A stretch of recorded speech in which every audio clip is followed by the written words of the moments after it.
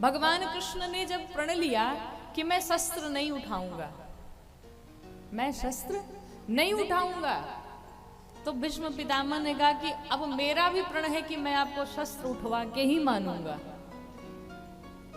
अगले दिन जब युद्ध में अर्जुन से युद्ध करने के लिए भीष्म पितामह आए, और भीष्म पितामह तो आज एकदम पूरे फॉर्म में है, बाण पे बाण चलाए जा रहे, बाण पे बाण चलाए जा रहे, अर्जुन घायल है, हाथों से कहीं रक्त निकल रहे, कहीं पांव से रक्त निकल रहा है, सब हार गए, रथ के पहिए टूट गए, रथ टूट गया, सब कुछ निहत्थे हो गए। भगवान को लगा कि अब मेरा पुत्र, अब मेरा भक्त बच नहीं पाएगा, अब हमें इसकी रक्षा करनी पड़ेगी। भगवान कृष्ण ने तुरंत उठाया और रथ का पहिया हाथों में उठा लिया। किसी ने कहा, प्रभु आपने तो प्रण लिया था कि आप शस्त्र नहीं उठाएंगे, फिर आज क्यों आपने उठा लिया? भगवान ने कहा, देखो मेरी कोई अपनी प्रतिज्ञा नहीं होती है, मेरे भक्त का मान बचा रहे, सम्मान बचा रहे, मेरा भक्त सुखी रहे, तो मुझे अपनी प्रतिज्ञा की कोई नहीं पड़ी है, मुझे अपने सम्मान की चिंता नहीं है। मुझे तो लोग वैसे भी चोर बनाते हैं, कोई चोर कहता है, कोई रण छोड़ कहता है, तो महाराज मुझे कोई चिंता नहीं है अपनी, मुझे मेरे भक्तों की चिंता रहती है, मुझे मेरे भक्तों की परवाह रहती है, मुझे अपने बारे में नहीं सोचना। तो कहने का अर्थ है सिर्फ और सिर्फ भगवान से प्रेम किया जाए, और दूसरा कोई मार्ग नहीं है। कल मकर संक्रांति का दिन है, उससे पहले आप सभी को मकर संक्रांति की बहुत बहुत बधाई, ढेर सारे शुभकामनाएं, मंगल कामनाएं। मकर संक्रांति, जब मकर राशि में सूर्य भगवान प्रवेश करते हैं तो मकर संक्रांति मनाई जाती है। और कहते हैं इस अवसर पर, आपने सुना होगा ना, लोग माघ मेला जाते हैं प्रयागराज में, तीर्थराज प्रयाग में, और कहते हैं कि कल का दिन इतना शुभ है, शुभ मुहूर्त कल का 9:15 से सुबह प्रातः काल प्रारंभ हो रहा है, और सूर्यास्त तक शुभ मुहूर्त है। और कल के दिन, मकर संक्रांति के दिन किया गया पुण्य कई लाख गुना फल देता है। कल के दिन आपको जिस योग्य भगवान ने बनाया है, उस योग्य लोगों की सेवा करिए, लोगों को दान करिए, गरीब दुखियों में वो जो जिसकी चाहत हो, जो इच्छाएं हो, लोगों को प्रयास करिए पूर्ण किया जाए। गौ माता की सेवा करिए, दीन दुखियों की सेवा करिए, ब्राह्मणों को भोजन पवाइए, दान कराइए। कल का किया गया पुण्य बहुत मायने रखता है महाराज, बहुत मायने रखता है। और कहते हैं, वर्णन आता है कि जिसको जो चाहिए होता है वो दान करे, उसे प्राप्त होता है। जो आपको चाहिए, जो आप दान करेंगे, वापस आपको वही मिलेगा। तो कल के दिन गौ माता की विशेष सेवा करें, गौ माता की खूब सेवा करें, ब्राह्मणों को भोजन पवाएं, दीन दुखियों की सहायता करें। आपको भगवान ने जिस योग्य बनाया है, आप सबकी सहायता करें। इस प्रकार से कहते हैं कि भगवान जिसका कभी जन्म नहीं होता, उसने जन्म ले लिया, कि प्रबल प्रेम के कारण हमने, प्रबल प्रेम के कारण हमने प्रभु को नियम बदलते देखा। अपना मान टले टल जाए, पर भक्त का मान न टलते देखा। भगवान का मान भले टल जाए, भगवान का सम्मान भले चला जाए, लेकिन भगवान अपने भक्तों का सम्मान कभी नहीं जाने देते।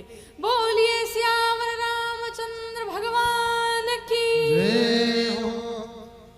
भगवान राम का जन्म चैत्र मास में 9वीं तिथि के दिन हुआ, दिन के ठीक 12 बजे। कब हुआ? दिन के 12 बजे। और तिथि कौन सी थी? 9वीं तिथि।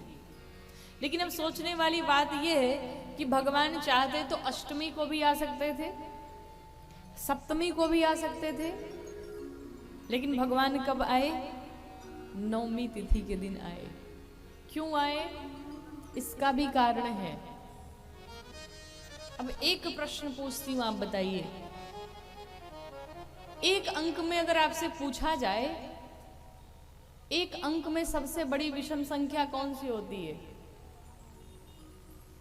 एक अंक में सबसे बड़ी विषम संख्या कौन सी होती है? जोर से बोलिए।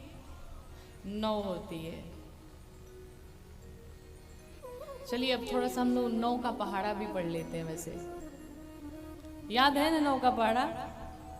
हाँ, तो जोर से बोलिएगा। 9 एकम, जोर से बोलिए, हमको सुनाई थोड़ा कम देता है। 9 एकम, 9 दूनी है 18, 8 एक, गुणा भी करना है और जोड़ना भी है। 8 एक 9, 9 3 है 27, हाँ 7 2 9, 9 चौके 6 3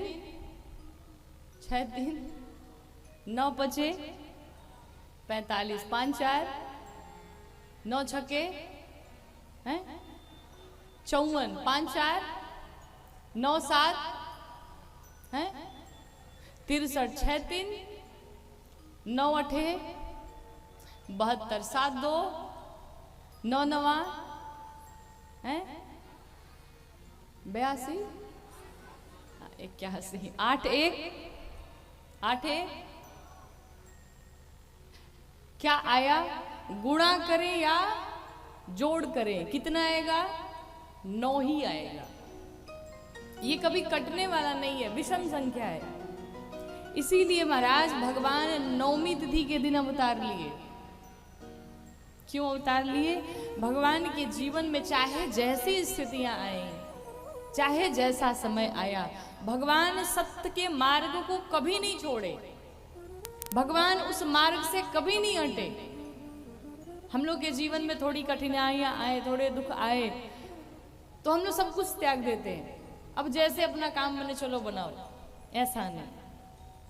भगवान ने कोई भी परिस्थिति आई, भगवान अपने सत्य के मार्ग का कभी त्याग नहीं किए। अच्छा अब बताइए, भगवान क्या खाने से हुए? क्या खाने से भगवान हुए थे? भूल गए क्या? माताओं ने क्या खाया था? खीर की खिचड़ी?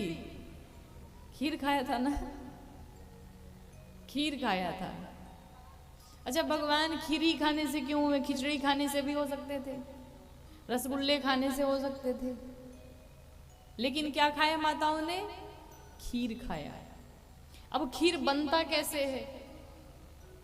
खीर बनाने के लिए क्या क्या चाहिए होता है? जोर से बोलिए। दूध और चावल और चीनी, 3 चीजों की तो मुख्य आवश्यकता होती है। चावल कहां से आती है?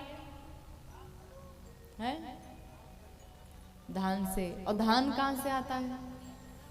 खेत से। खेत में बोता कौन है? किसान। तो ऐसे ही तो बोते नहीं, ये मेहनत करनी पड़ती होगी। ऐसा तो है नहीं कि बस बो दिया और धान घर में आ गया।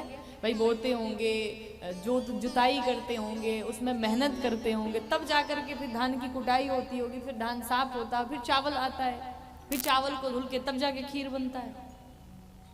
अर्थात कर्म रूपी चावल,